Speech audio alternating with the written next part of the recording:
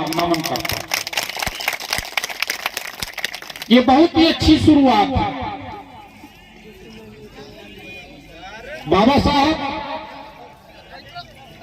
जो जीवन में उन्होंने झेला, महसूस किया, जितने कष्ट झेले, उसको उन्होंने प्रेरणा लेकर के ऊर्जा में तब्दील करने का काम किया, एक ताकत बनने का काम किया।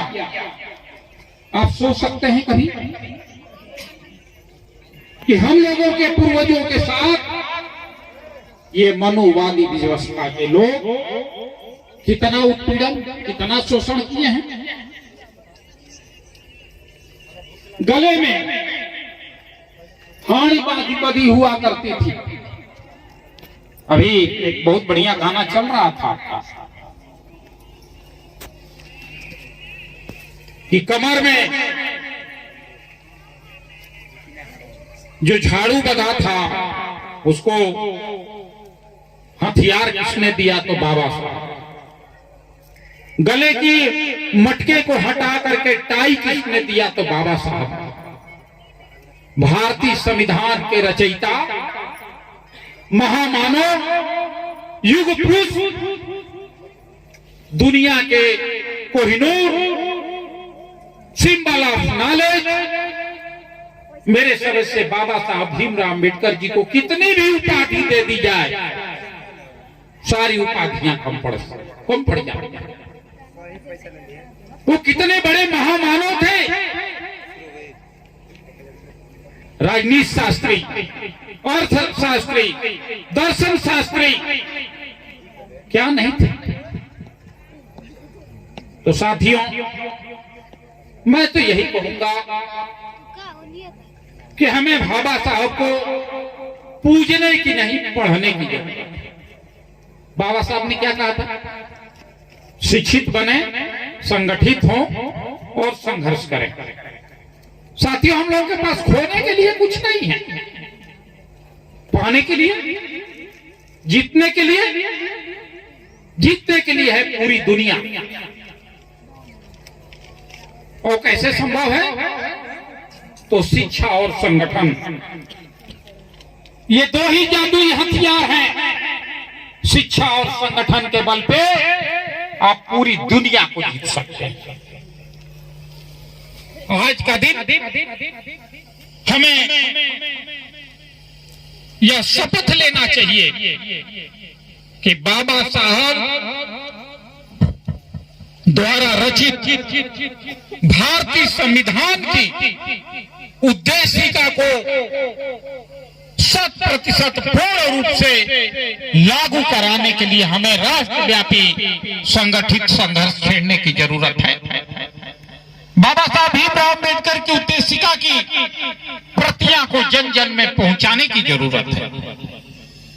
बाबा साहब ने क्या कहा था?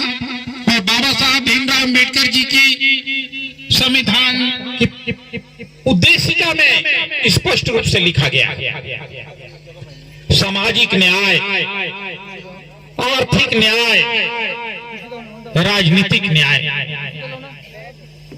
ये जो तीन शब्द हैं, सामाजिक न्याय, हम लोगों के साथ कितना सामाजिक न्याय होता है?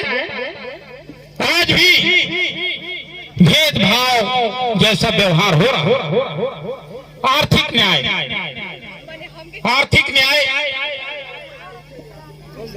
आजादी का क्या मतलब है?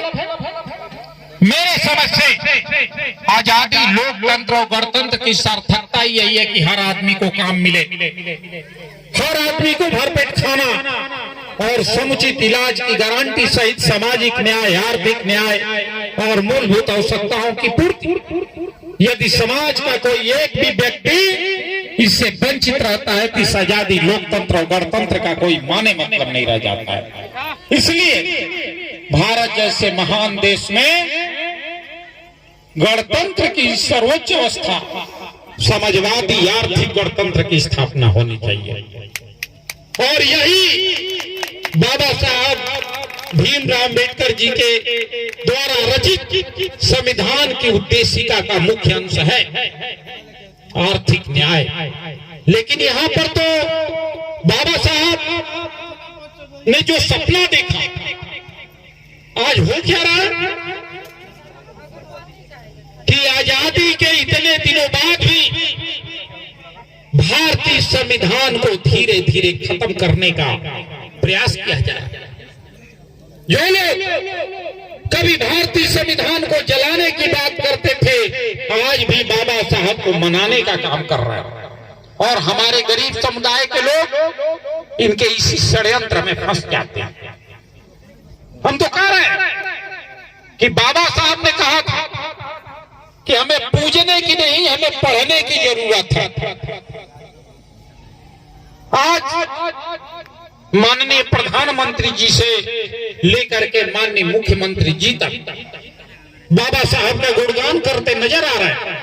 तो बाबा साहब द्वारा रचित संविधान की उद्देशिका को पूर्ण रूप से क्यों नहीं लागू किया जा रहा है, यह बहुत बड़ा सवाल है। बाबा साहब ने तो राष्ट्रीयकरण की बात कही थी। भारतीय रिजर्व बैंक की स्थापना 1935 में बाबा साहब द्वारा शुरू किया गया।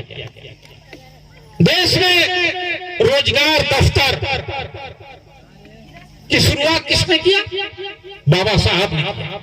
उनके अनुसार हुआ और आज रोजगार दफ्तर की प्रासंगिकता ही खत्म हो चुकी है, उसका कोई माने मतलब नहीं है।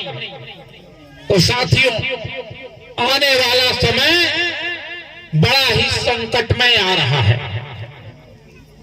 इनका उत्पीड़न का रूप धीरे धीरे या हमें भारतीय संविधान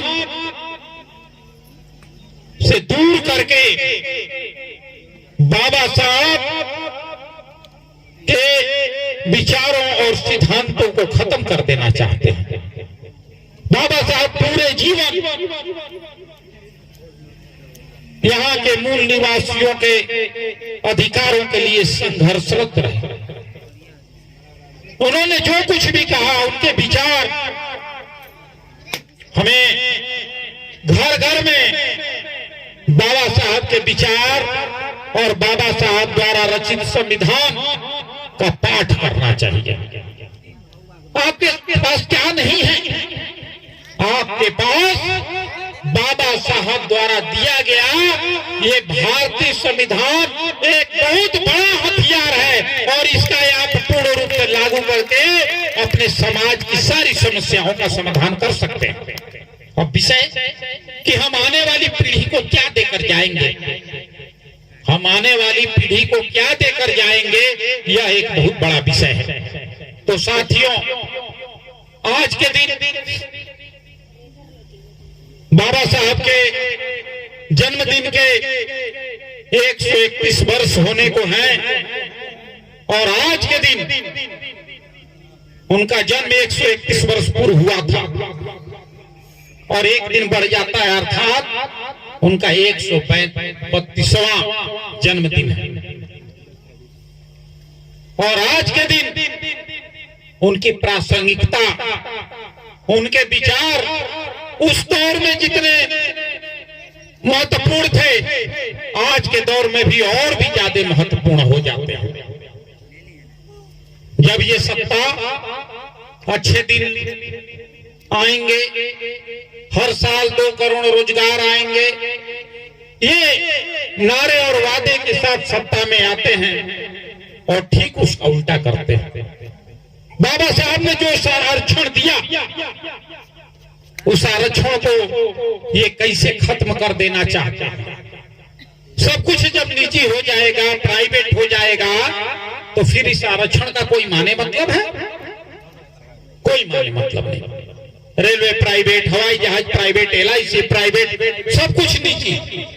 अभी कुछ दिन पहले खबर आई थी कि सेना में भी 3 साल के लिए संविदा पर भर्ती होगी।